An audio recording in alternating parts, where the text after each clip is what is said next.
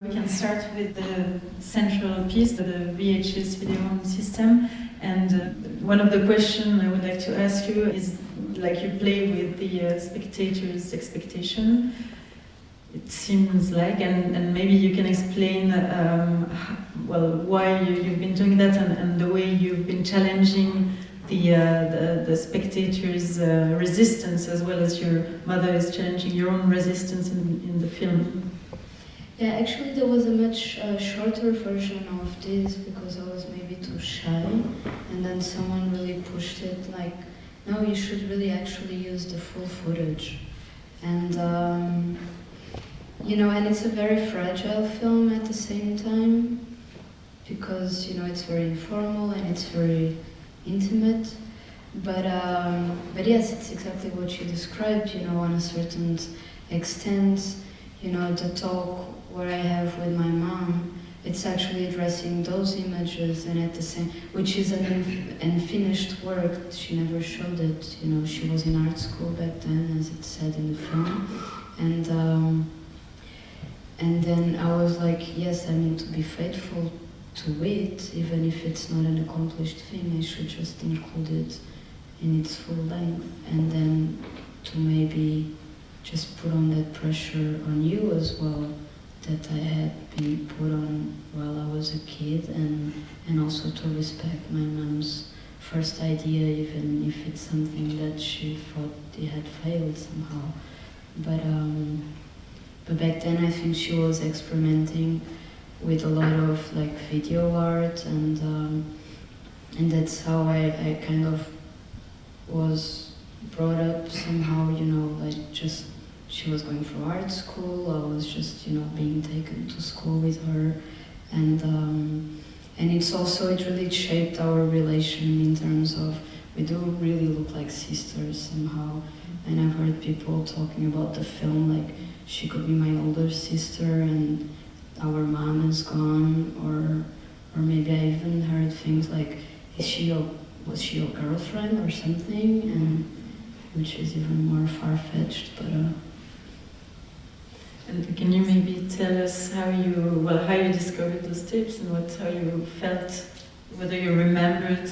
Yeah, the thing is that I had a very good memory of that footage, and one day also I was in art school back then, and I discovered that VHS, and so I just went back to the film school, and there was, a way to process that into a DVD, and because, there was no VHS player when I discovered the tape, so I couldn't just put it in and just watch it. I picked the kitchen because I also had that memory of, having guests and being so excited as a kid when you have, one of your mother's friend is coming over for dinner, and that would be usually the kitchen where they would gather, and we were just, as you see in the film, we were very tied to each other. We kind of grew up together. I never felt this generation gap. I don't know if that goes across in the film. It was also a moment in my life, even if I don't see it, and when I was editing it, it was never something like when you're editing it, it's not your mom in there, it's someone else. That's really a mirror of kind of our relationships. And so in the three films that we've seen, which are very different from each other, you use the interview setting in very different ways. Can you maybe tell a little bit more about the setting of the interview of Le Boudin, which is the first film that you've seen? Yes, so Le Boudin, it's actually something that was on standby for a while. I was doing No Man's Land, that we showed some excerpts at the masterclass. It deals with the perpetrator, it deals, the guy is a mercenary, or he started as a commando in the Portuguese colonial war, then he moved on to be a mercenary for the CIA, and he ended up being an assassin, as I'm quoting him, because he was hired by the GAO in Spain to shoot ETA members. And before I shot the film, and before I got a chance to actually be face-to-face with Paulo and to arrange the whole shooting, I did some research, and some of it was like, when you start talking about those stories, there's someone who has another story. So eventually I ended up meeting Nuno Fialho through a common friend, and I went to visit him, and he accepted to do an interview. It was a very different character from Paulo, the guy in the feature film, because Paulo, he's a sadist, and he would present himself as a sadist. He would present himself as someone that looked for adrenaline in this, pursuing his mercenary life as well. I mean, it's not that simple also in the way in the film. Of course, it's not black and white. But what struck me with Nuno, it was probably the hardest interview I've ever done, because you could really feel, and he expressed that it was very, very hard for him to remember. And I think that's also why some of these memories, they're very abstract. It was really like dealing with trauma, and with a very traumatic experience. You could see that he's a guy that they fucked it up his life, and he wasn't aware of that because he was just too young, and someone pointed him the way, and he said, okay, I'll go, without knowing what that way is, until he said it's enough. But when he said it's enough, it was, I think, too late for him.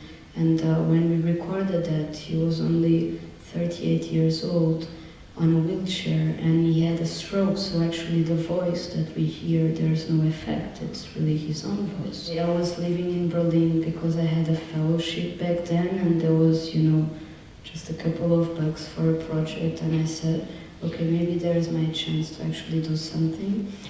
So I just chose this, upcoming actor. He has some acting experience, and I was looking for something that I don't know if it goes across in the film, but it's someone who's saying a text and he has no idea of like the heaviness of the words that he's saying. He has no idea of how even to try to, play that character somehow. And it's just super bad when he actually behaves like an actor. He's saying a text that he doesn't understand. So I was looking for that. And I was looking for a clash, just to look for this androgynous figure, kind of young and beautiful boy at the age of 16. That's exactly when it all started for Nuno, somehow. So that's, it's a very simple game that is being played. And it deals how we represent things, it deals with, again, with this notion of storytelling, again, with how you can just tussle interviews and just rebuild them in different formats. Maybe a last question, can you tell us on what you're working next, and if we will have the opportunity to see the film soon, somewhere? So there's I just did a short fiction film that I kind of destroyed the script, because the script was kind of tight and it's, a fiction. But then somehow short fictions, they always lack something for me. So when it's experimental, I'm just putting tags, but when it's experimental or not, it's like it's an object and it has that length because the length is there. But for the most times, I feel that short fiction films, they're like short stories, and sometimes they don't work at all. So just to do it more organically and just to do it as it was written on the script, I can write treatments, and I can write, but I'm just very bad at organizing it. It all starts with very strong images or just the reality that I just jump in. And there's a book, and there's a PhD, and there's like a list. Thank you very much. Thank you so much for coming to Winterthur, and you're still around, so if you want to ask questions to Salomé today or tomorrow, don't hesitate. Thank you.